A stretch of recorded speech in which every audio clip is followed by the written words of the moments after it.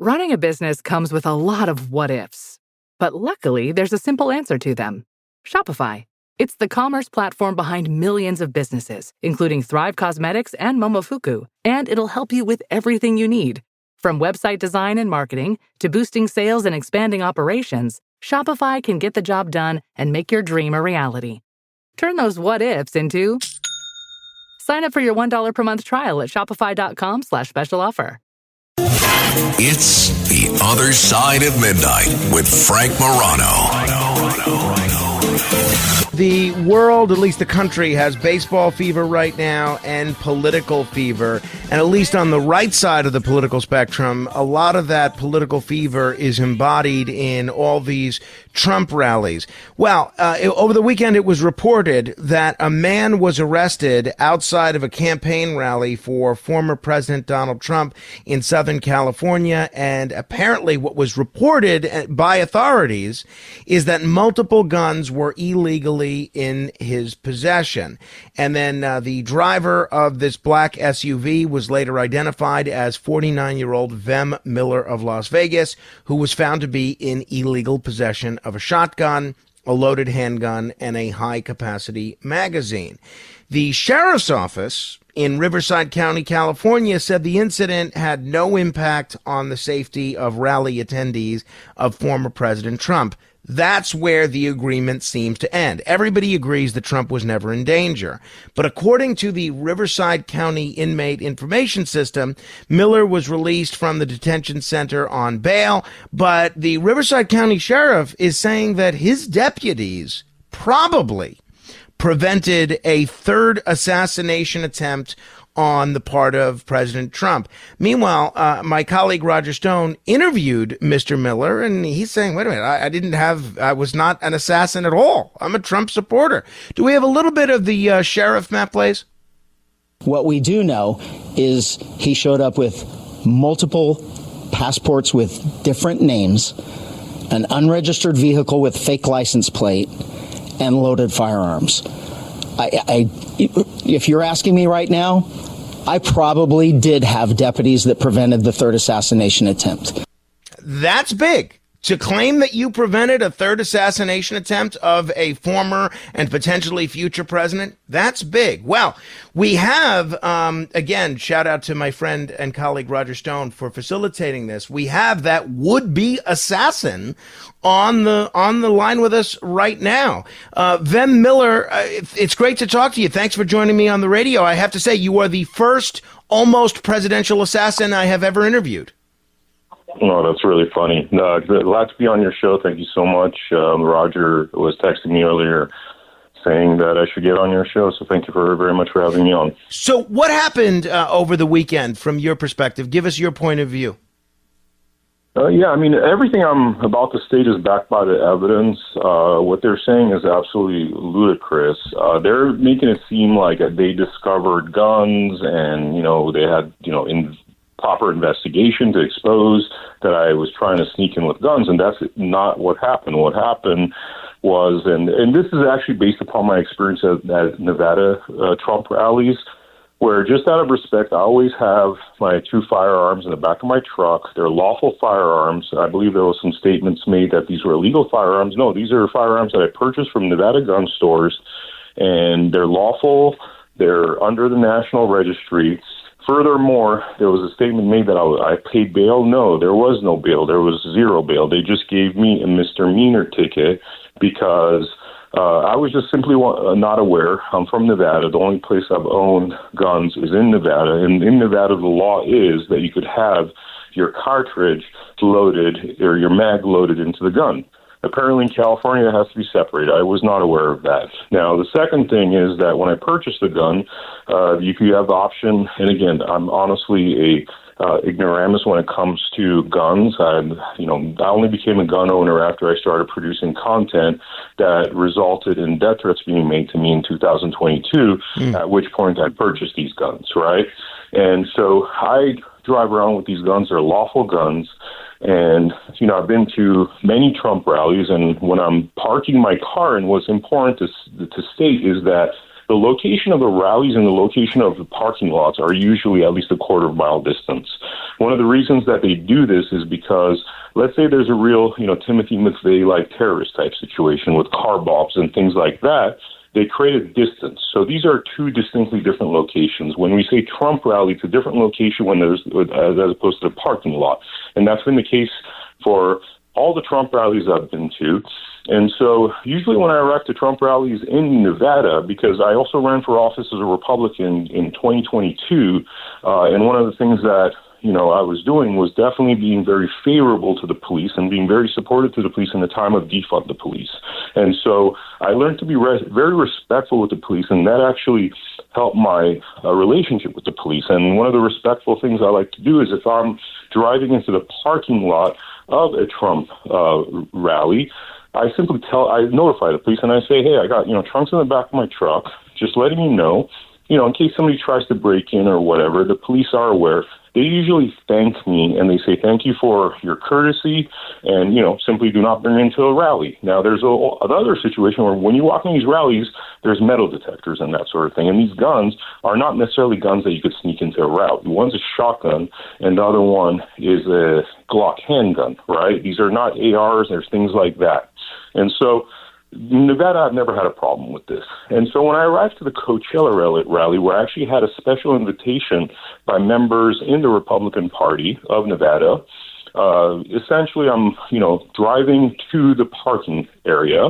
And as I'm driving there, I see somebody wearing a sheriff's vest to the left of my car. I pull up to him and I say the exact same thing. I want to, it's common courtesy. I want to let you know.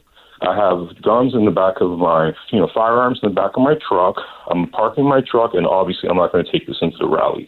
On this occasion, one of the distinguishing factors here is that most of my experiences have been in Nevada or other red or purple states. This was in California, and I wasn't aware for first of all, the discrepancies in the laws between California and Nevada in terms of mags and in terms of cartridges, right? And so, when I told the police officer this, he basically made me pull over. Another police officer came, told me to get out of my car, turn around, and he handcuffed me. And he said that he was doing that for his protection. So the one thing I want to be very clear, and that's where the nightmare began, and a lot of deprivation of rights and a lot of operating under the color of the law and things that they just did that were simply wrong and not according to the law. But the point that I'm trying to make here is the only reason they were aware of these guns was that you told them. I told them I was trying right. And so I'm trying to, everybody's talking about being logical and, being realistic. Well, I don't know in any time in history that somebody that's been an avid member of the Republican Party, provably pro-Trump. I run something called the America Happens Network, americahappens.com, where for the last 4 years, I say 95% of the content we've been producing, documentaries, exposés, you name it. I mean, we do 14 different shows on the America Happens Network. They're all pro-Trump. They're all pro-freedom. They're all pro-Constitution. Got it. Vem, let me ask you a couple of quick questions. Just so it's clear, by the way, that when Sheriff Bianco stated that this could have been a third assassination attempt on Trump, that's total nonsense. Yeah, totally. I mean, and the crazy thing is I've been in private rooms with the former president. I actually met him for the first time in 1998 because I'm in the entertainment business, and I used to see him at entertainment events. I've met him other times before he became president, and since he became president, and then since he was a former president, in that 8-year span, I mean, I've been to at least 20-plus events. Gotcha. Where I'm usually in private rooms with 200 people, and literally I could poke my finger out and touch the president. So I mean, it's this whole thing is ridiculous. Had these officers actually done their research, they would have found this stuff out. Now, what's also interesting is that the Secret Service and the FBI were there. The Riverside police were trying to rile them up, and I could tell that the Secret Service and the FBI, who are the lawful authorities in a situation like this, should there really be a threat against the president, were not concerned about it. They had the opportunity to interview me. They declined to interview me. So, it's like even if there's 1% chance that I'm a potential assassin, that would not be the case. I'd be interrogated. I'd still be in jail right now. Right. No, understood. And that's very clear. And you've certainly convinced me 100%. One of the things that my colleague Dominic Carter was saying a minute ago, and we have a couple of callers calling in and saying the same thing, was, okay, it's great to be supportive of the Second Amendment and have guns for your own protection. But is it the wisest thing to bring them to a Trump rally, given especially what Trump has been through with the recent assassination attempts? Through the prism of hindsight, Vem, do you regret bringing the guns? Would you have done it differently? Oh, yeah. I mean, certainly, like, knowing, this craziness that has now, fallen upon my life, I do wish that, frankly, I didn't even go. But the issue was I'm from Las Vegas. I had driven to Los Angeles to produce content. And obviously, when I drove to Los Angeles, I had these firearms with me in the back of my truck.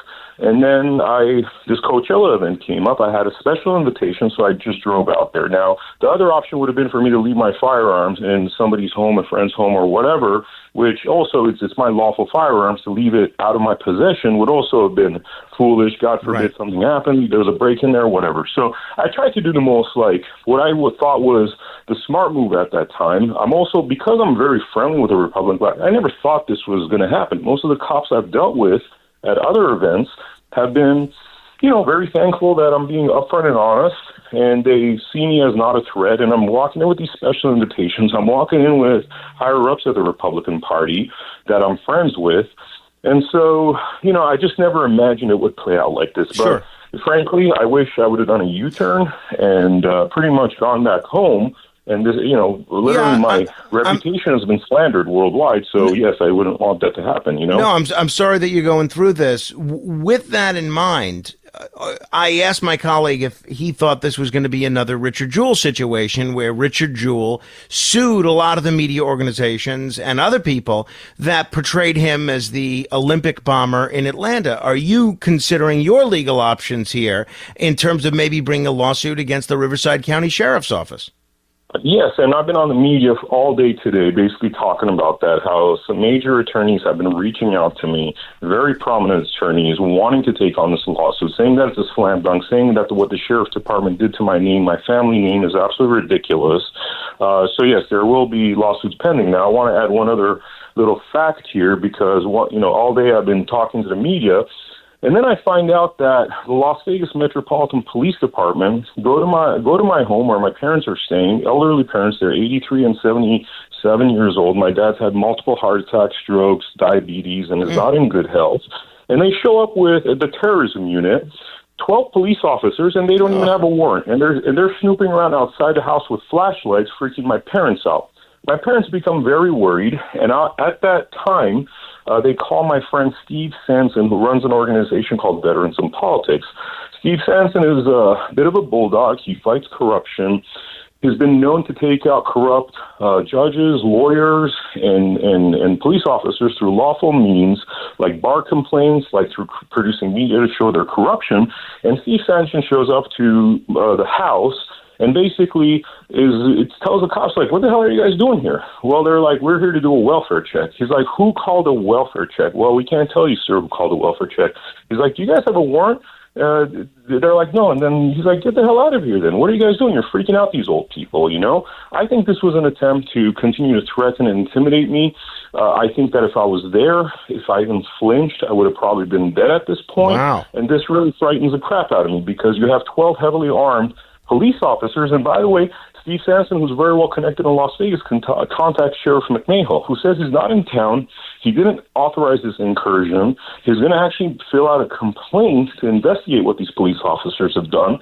So in my mind right now, as I sit here, I'm thinking, why did they do this? Why did they go there unauthorized when the sheriff was not even aware? And what do those kind of actions reflect when you have heavily armed police officers showing up for a welfare check? And frankly, I'm not even there. So what are they welfare checking? What happened that caused them to decide to welfare check? Vem, just clear up two other things that were put out there by the sheriff's office and the media about your situation.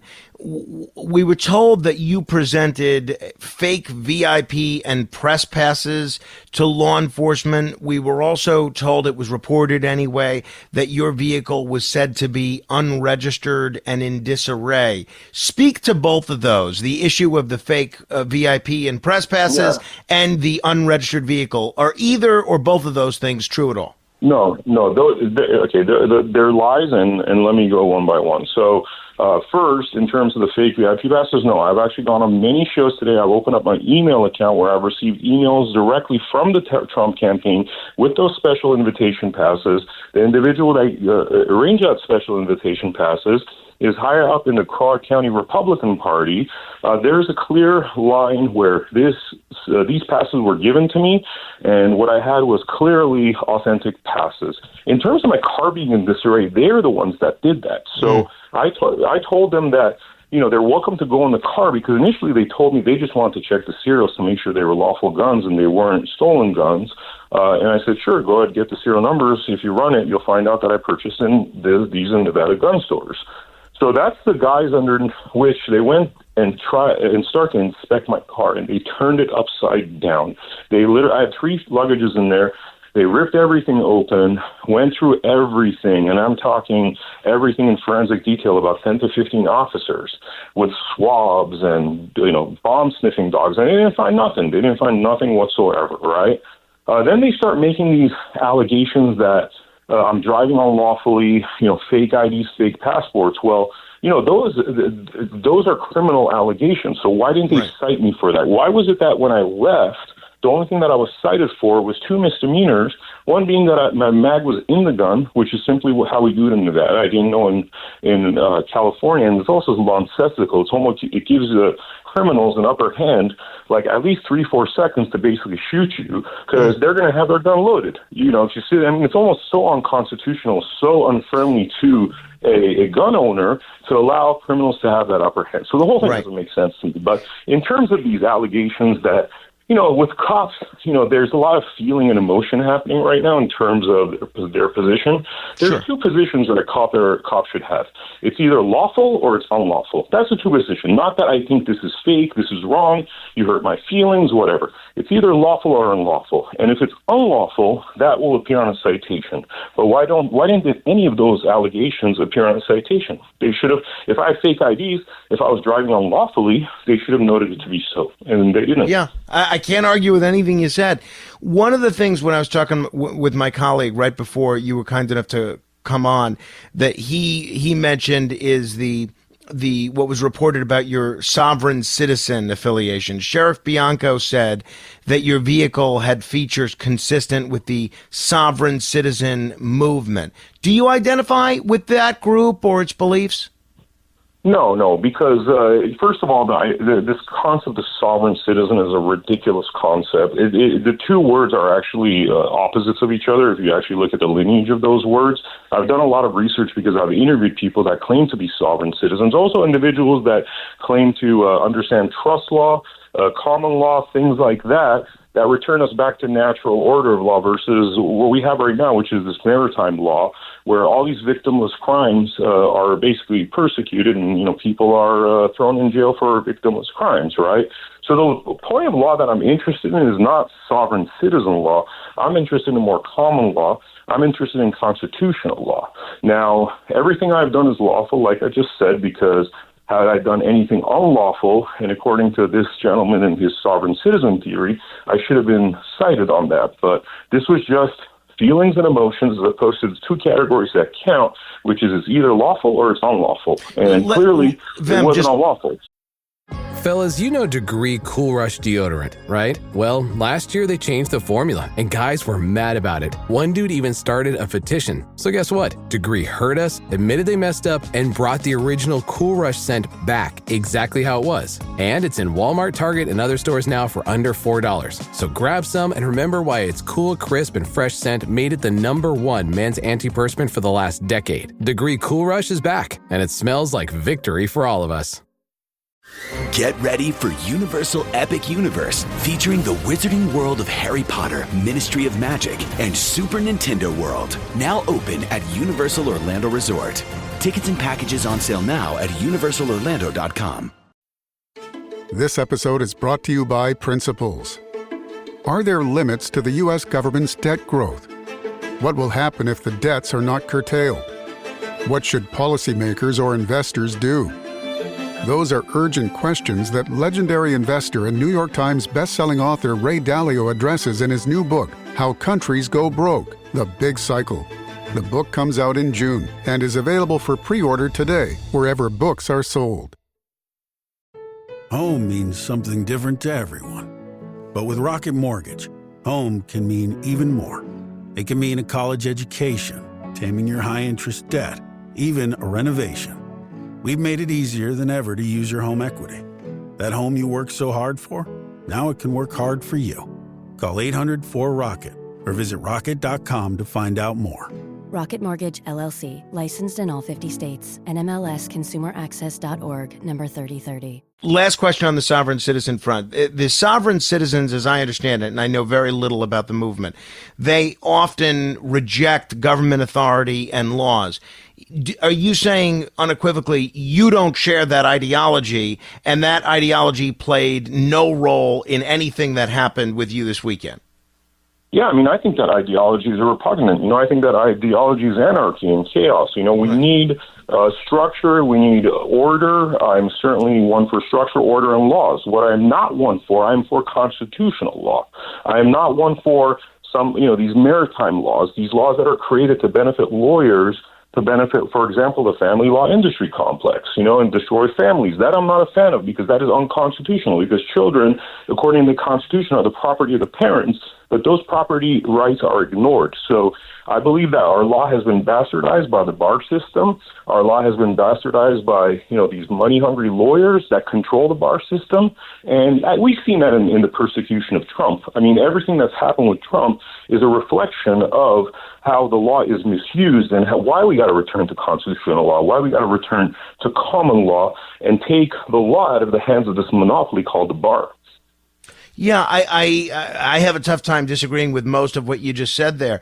So do you think that what happened to you was the result of you being targeted either because of your journalism or because of your activism, or is this just kind of a misunderstanding that got out of hand? Okay, so I like to give you three options of what I think it can be, and I don't like to choose any of these options because I don't have the evidence. Everything I do is evidence-based, but I'll give you three options. Option number one is Sheriff Bianco has governor aspirations, and what looks better than having caught the assassin that's trying to kill Donald Trump. So I think, a lot of these individuals have political consultants. A lot of these political consultants go from a place of emotion. There could have been driving forces behind him that made him overreact. I mean, his job as a person of law is to have, he's got to meet the evidentiary standard before he makes insane accusations. You have civil evidentiary standard, you have criminal evidentiary standard. None of those standards were met, so that is very odd for a police officer. So one would be, personal interest of Sheriff Bianco. Number two would be that the arresting officer made derogatory comments saying maggots and stupid Trump people. So his political affiliation was very clear. He was the one leading the charge. He was the one that was liaising with the Secret Service and the feds, who didn't really take him seriously and kind of brushed it off. And I guess they had done their research and find out that I don't fit the profile of a potential assassin. So it could have been this gentleman. The third option could be that with the America Happens Network, AmericaHappens.com, we produce 800 pieces of content, a lot of exposés. We just released a documentary called Bundy versus Deep State. Really, that shows the fraud of the federal government, how they abuse their powers, how they steal states' rights, and steal the natural resource of the state. In this particular example, in the state of Nevada, where a lot of our gold is being shipped out to Canada and China, and basically robbing we the people, right? So these are very hard-hitting documentaries. Also, the individual that was leading the lawsuit in this documentary, incidentally, looks like, I recommend people watch this documentary. It's the first documentary on the America Happens website. He incidentally died after what looked like a poisoning after 5.5 weeks. And this is documented in the actual documentary. And frankly, we caught his death. We caught him dying under, what the doctor said was an undiagnosed illness, which makes no sense for somebody to die of an undiagnosed illness. And so when we released this documentary, I think that might have ruffled some feathers because we're literally showing how these corrupt actors are violating the rights of we people and stealing our, natural resources. And so it could be one of those three things. It could be that I pissed off, a corrupt industry as a whole. It could be an individual effort to, become governor, or it could be one person who simply hates, MAGA people and decided to retaliate. Lastly, and believe me, I appreciate you doing this last minute and so late at night, and I know you've had a long day. But lastly, I'll ask the question I think a lot of people have been probably wondering as they listen to our conversation. All right, I think you've convinced everybody listening that you're not a presidential assassin, but a lot of folks are saying in the current climate, people can't be too careful. Law enforcement can't be too careful. And if they didn't dot every I, cross every T, especially when it comes to President Trump's safety, if things would have went the other way, people would have been demanding answers. Do you give law enforcement any latitude for how you were treated, given the heightened state of concern that people are under these days? I don't fault law enforcement at all for if they investigate something properly, if they go through the right procedure. What they did, though, is not the right procedure, because before it was, whatever was confirmed or denied. And again, Secret Service and Feds were definitely not concerned about this matter. They've already gone on the record saying there was no threat. They didn't see me as a threat. So the right course of action would have been to properly investigate this before putting word out that they've captured this assassin or potential assassin before this becomes international news. I'm walking today to the market because my car's still impounded. I needed to buy clothes. And as I'm walking through the market, people are looking at their cell phones and looking at me like I'm Richard Kimball from The Fugitive. You know what I mean? And so it's, that's the new reality I have to live with because of the overreaction and the unprofessional behavior of this police department. What they should have really done is, go up to the Secret Service and the Feds, who have databases on this stuff, and said, hey, this guy showed up with 2 guns in the back of his truck. Could we research who this guy is? What do you think? Before they go out into the world and destroy my reputation, destroy my family name, and on something that is now proving to be completely false. Yep. So that's my feeling. They just did not do the right procedure, Well, Vem, I'm sorry that you had to go through this, and I hope we can stay in touch. And I would love to have you back on the program soon, covering any of the documentaries or any of the journalism that you do in the future. Yes, would love to be on this show. Thanks so much. Appreciate it. Thank you, Vem Miller. If you want to comment, and especially if you come to a different conclusion than what I've come to, you're welcome to give me a call at 646-720-0635. That's 646-720-0635. Honestly, I think he answered every question to my satisfaction. And again, I didn't really have that much time to prepare for this because that all just came together last minute. And maybe there's something I should have asked that I didn't. But I definitely don't think this person should have been labeled as a would-be presidential assassin. What do you think? All right. 646-720-0635. That's 646-720-0635. This is The Other Side of Midnight. I'm Frank Morano. Straight ahead.